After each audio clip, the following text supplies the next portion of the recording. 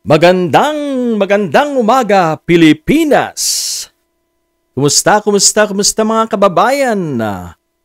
Ito pong nagbabagang balibalita o mga pangyayari sa Pilipinas. Lito Lapid, delikado sa akusasyon ng isang vlogger. Yan!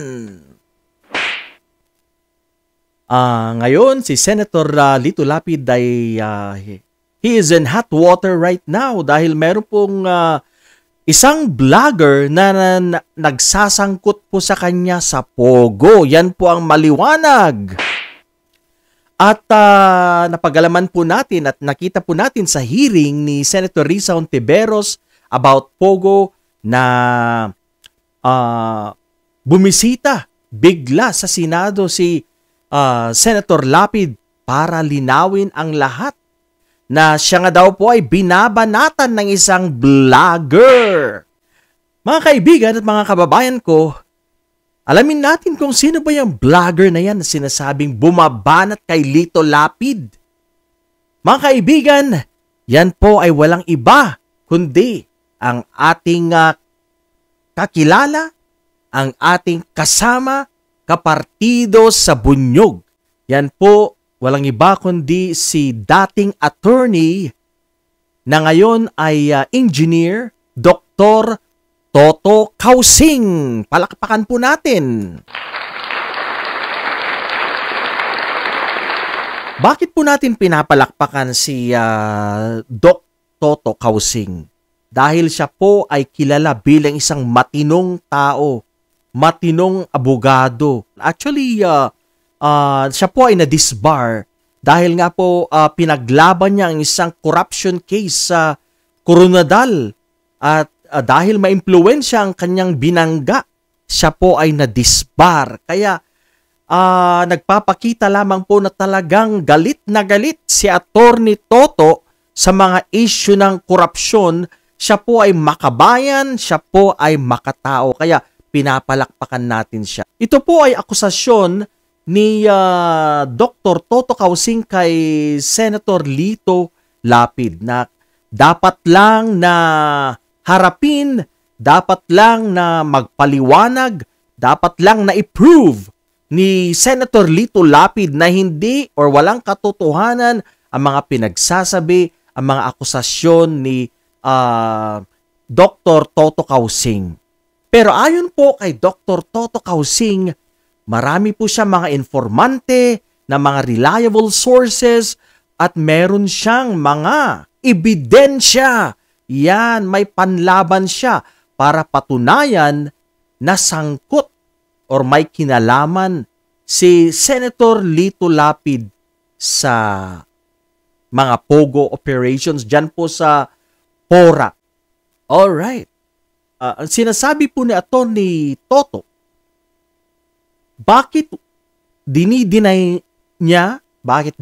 ni Senator Lito Lapid na wala siyang kinalaman dyan sa Pogo siya mismo nanggaling dyan sa Porac?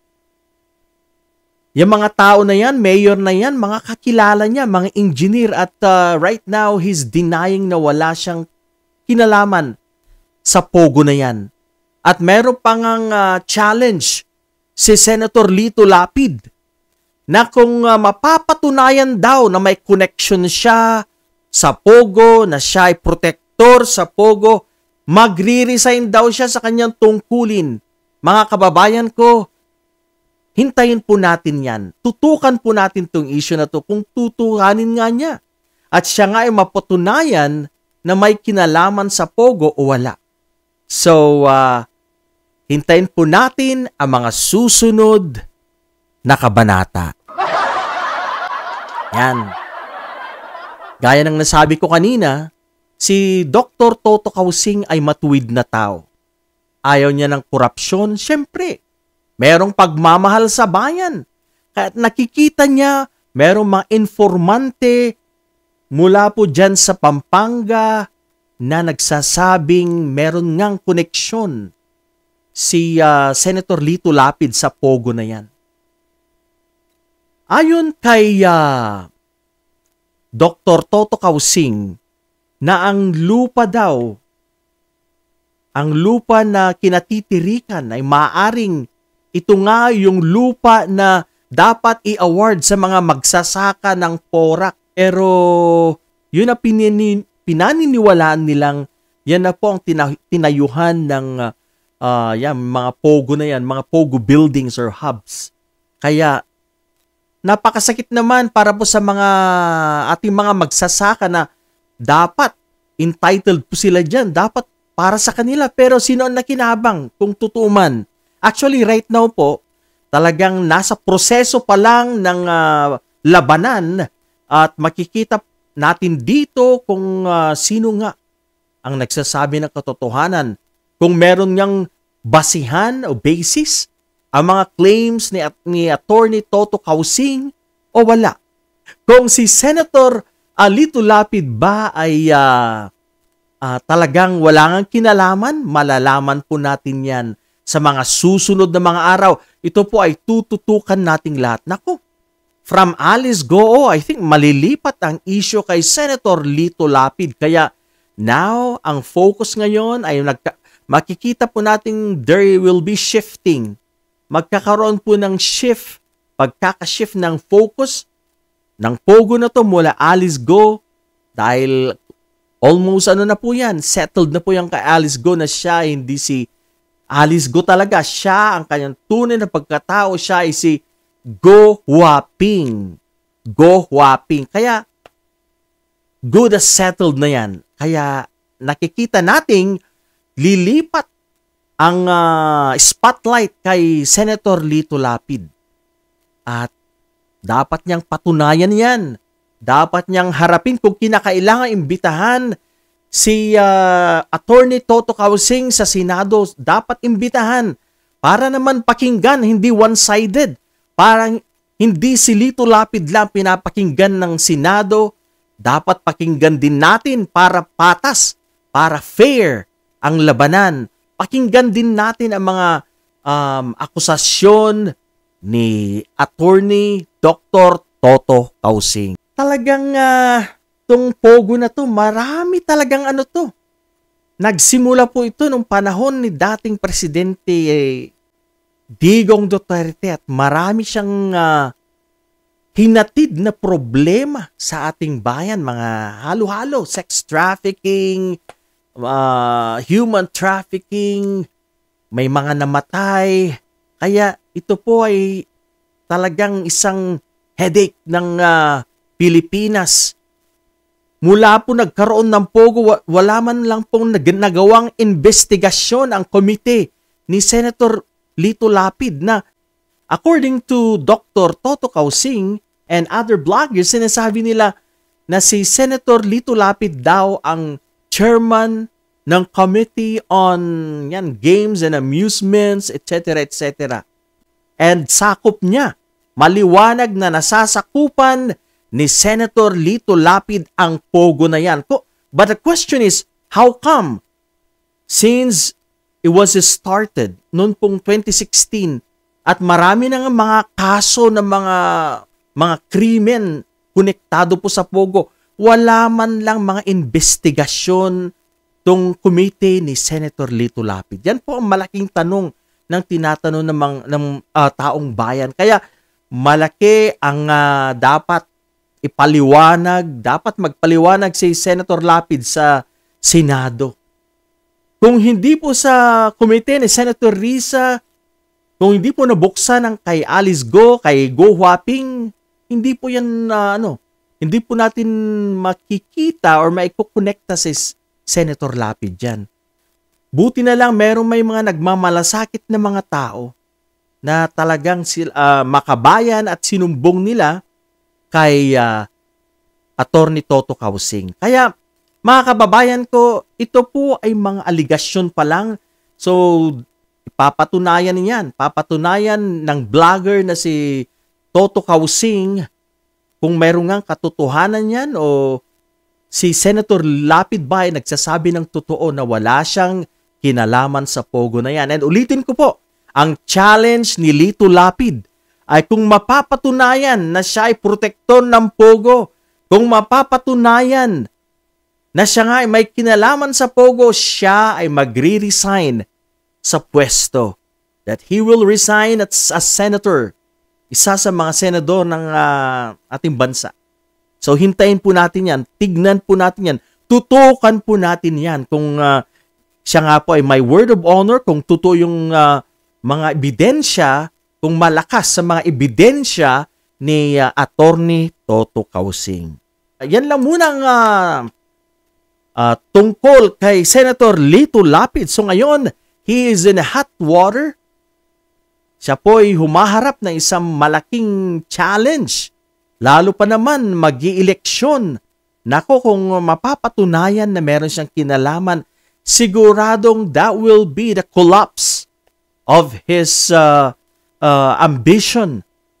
Yan po magsisimula, yan po ang collapse ng kanyang kampo sa pagtakbo sa susunod na eleksyon next year para sa Senado. Now, dumako naman tayo kay pambansang ate. Pag-usapan naman natin si pambansang ate, Senator Amy Marcos. Alam niyo po, Senator Amy Marcos at Senator Lito Lapid, they have something in common. Ito yung mga close kay Duterte, mga pro-Duterte, mga pro-Kibuloy, mga pro-China. So yan po, take note po yan. Ito yung po yung mga kanilang commonality or kumbaga ito po yung kung saan magkapareho sila. Pro-Duterte, pro-Kibuloy at pro-China. Yan po ang maliwanag. Nagkaroon nga ng hearing. Ito ay isang reaction lang mula kay Manong Rayban, reaction lang sa napanood kong hearing. Hearing na kung saan wala namang gaanong napatunayan. By the way, if I'm not mistaken, si Senadora Amy Marcos ay sa chairman sa Committee on Foreign Relations at pinaiimbestigan nga niya yung nangyari sa Ayungin Shoal, yung huli pong pag-atake ng ng China Coast Guard sa mga Pilipino, mga Navy natin. So yan, na kung saan wala naman gaanong significant na napatunayan. Kung saan in-interview lang niya, pinagtatatanong niya yung mga kung ano nangyayari, yung mga tao na involved during that time. At nagkaroon nga po sila ng konting argumento ni Secretary of National Defense na si Gibo Teodoro. Yan lang po ang mga. Pero pag tinitignan po natin, walang gaanong major na napatunayan. Major na, kumbaga, ito ay magiging fruitful for, for making laws or wala namang gaanong malaking bearing nito. Ang tingin nga natin dyan para po sa ating reaksyon at pananaw, ito po ay it's only a show of, parang grandstanding lang po yan.